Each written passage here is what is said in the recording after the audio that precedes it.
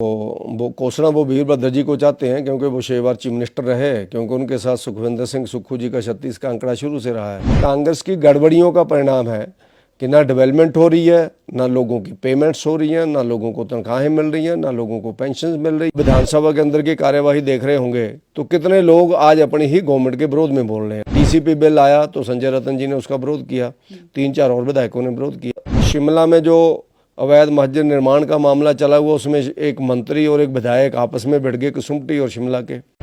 बिलासपुर के जिलाधीश कार्यालय के प्रांगण के अंदर पंजाब से आकर के शूटर गोलियां चला रहे हैं। नशा माफियाओं का आपस में गैंगवार होता है और एक व्यक्ति की मौत हो जाती है, बाकी लोग हॉस्पिटलों में पहुंच जाते हैं। पुलिस के अधिकारी जहां पर जाते हैं वो कहते हैं कि हमारे ऊपर गाड़ियां चढ़ाने की कोशिश की गई, वो चाहे खनन माफिया के लोग हैं। संदोगढ़ शहर के अंदर पुलिस को बंधक बना करके रखा गया और एसपी को जाकर के पुलिस बल के साथ जाकर के उनको अंदर से निकालना पड़ा। आज हिमाचल प्रदेश का जनाजा निकला है और इस जनाजे की आर्थिक दृष्टि से जो जनाजा हिमाचल प्रदेश का निकला है उसकी जिम्मेवार अगर कोई है तो कांग्रेस पार्टी है। तो ये हमारे ऊपर दोषारोपण करने से अच्छा है कि कांग्रेस के नेताओं को और कांग्रेस को अपने गिरेबान में झांक करके देखना चाहिए। मुझे लगता है कि जब से राज्यसभा में कांग्रेस पार्टी की हार हुई है चुनाव में हिमाचल प्रदेश में, तब से अलग अलग तरह से जिन विधायकों ने अपने अंतरात्मा की आवाज़ को सुन करके भारतीय जनता पार्टी के कैंडिडेट को सपोर्ट किया था, तो उनको परेशान करने के लिए जो गवर्नमेंट लगी हुई है, वो चाहे घटना उनकी सदस्यता रद्द करने का मामला हो या उसके बाद उनके ऊपर केस बना करके बार बार उनको थानों में बुला करके उनके फ़ोन जब्त करने का मामला हो, चाहे उनके जो बिजनेस चल रहे थे या उनके कोई काम थे उनको बंद करने का मामला हो, या उनके परिवारों के ऊपर एफआईआर वगैरह लॉन्च करने का मामला हो।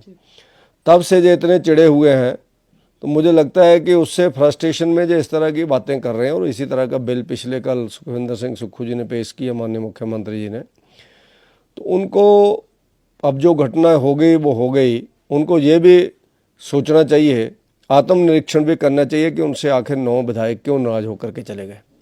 आप विधानसभा के अंदर की कार्यवाही देख रहे होंगे तो कितने लोग आज अपनी ही गवर्नमेंट के विरोध में बोल रहे हैं। टीसीपी बिल आया तो संजय रतन जी ने उसका विरोध किया, 3-4 और विधायकों ने विरोध किया। और उसके बाद शिमला में जो अवैध मस्जिद निर्माण का मामला चला हुआ, उसमें एक मंत्री और एक विधायक आपस में भिड़ गए, कुसुम्पटी और शिमला के। तो इससे जो ध्यान में आता है कि अंदर भी जो बातें और भी चलती हैं। आपने नेकों बार देखा, केवल सिंह पठानिया जी ने नेकों बार अपनी गवर्नमेंट की नेकों बातों का विरोध किया। तो उन सब फ्रस्ट्रेशन में जो जनता का ध्यान दूसरी तरफ डाइवर्ट करने के लिए ऐसे प्रस्ताव लेकर के आ रहे हैं।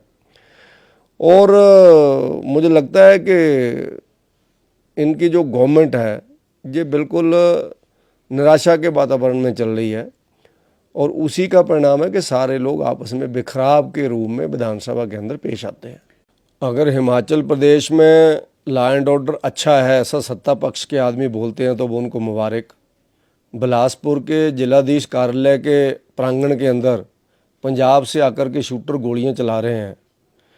हम इसके बद्दी बरोटीवाला के अंदर नशा माफियाओं का आपस में गैंगवार होता है और एक व्यक्ति की मौत हो जाती है, बाकी लोग हॉस्पिटलों में पहुंच जाते हैं। पुलिस के अधिकारी जहां पर जाते हैं वो कहते हैं कि हमारे ऊपर गाड़ियां चढ़ाने की कोशिश की गई, वो चाहे खनन माफिया के लोग हैं बद्दी बरोटीवाला में, वो चाहे जोगिंद्रनगर के अंदर रेड करने के लिए पुलिस जाती है तो उनके ऊपर गाड़ी चढ़ाने की कोशिश की गई। ऊना में पुलिस के अधिकारियों के ऊपर अनेकों बार गाड़ियां चढ़ाने की कोशिश की गई। और ऊना जिला के संदोगढ़ शहर के अंदर पुलिस को बंधक बना करके रखा गया और एसपी को जाकर के पुलिस बल के साथ जाकर के उनको अंदर से निकालना पड़ा। तो क्या ये लॉ एंड ऑर्डर की स्थिति ठीक की बातें हैं? क्या ये कहानी क्या बोलती है? ये सारी ऐसी मैं आपको मोटी मोटी कहानियाँ बता रहा हूँ। बाकी और क्या क्या हिमाचल प्रदेश के अंदर हो रहा है वो रोज़ अखबारों की सुर्खियों से, इलेक्ट्रॉनिक मीडिया की सुर्खियों से हम लोग देखते हैं। बुरी तरह से लॉ एंड ऑर्डर की हालत बहुत बुरी है और गुंडागर्दी चरम सीमा के ऊपर है।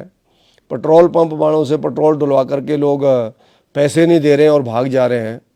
और ऊना जिला का बॉर्डर एरिया जो है हिमाचल प्रदेश का, वहाँ पर रोज़ लोगों की लाखों रुपयों की चोरियाँ होती हैं। दुकानदारों का सामान दिन के उजाले में लोग उठा करके मोटरसाइकिल वाले ले जाते हैं, गाड़ियों वाले ले जाते हैं, कोई पकड़ा नहीं जा रहा है। ऊना में तो जनी चोरियों के कारण इतनी अराजकता मची हुई है कि आप कल्पना नहीं कर सकते हैं कि किस तरह की अराजकता है। तो इसी तरह से पोंटा साहब वाले बॉर्डर एरिया के भी बोलते हैं, इसी तरह से नालागढ़ वाले भी बोलते हैं, इसी तरह से नूरपुर पठानकोट वाले भी बोलते हैं, इंदौरा वाले भी बोलते हैं। तो मेरा ऐसा मानना है कि जो लॉ एंड ऑर्डर की स्थिति है वो आज तक के बिल्कुल, जिसको कहते हैं कि बुरी तरह से, आज तक के इतिहास में बुरी तरह से वो समाप्त हो चुका है लॉ एंड ऑर्डर, और सिर्फ गुंडों का राज हो गया है, बदमाशों का राज हो गया है।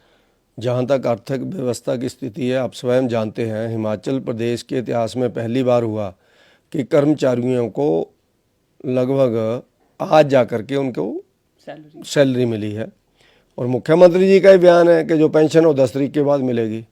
तो अगर उनके पास पैसे हैं, आर्थिक स्थिति अच्छी है, तो वो देते क्यों नहीं है।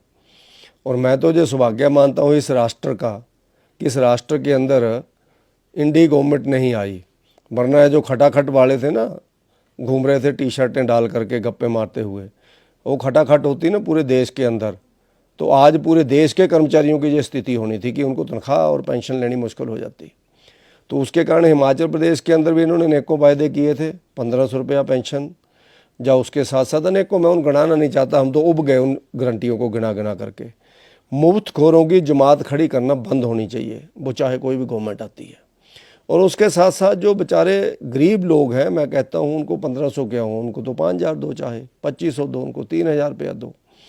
और एक तरफ ये कहते हैं कि आर्थिक स्थिति ठीक है, लेकिन 500 करोड़ रुपया जो हिम केयर के अंदर जिन लोगों का इलाज हुआ है, प्राइवेट हॉस्पिटल और पीजीआई आईजीएमसी तक ने इलाज बंद कर दिए और उनको पैसा नहीं दिया जा रहा है।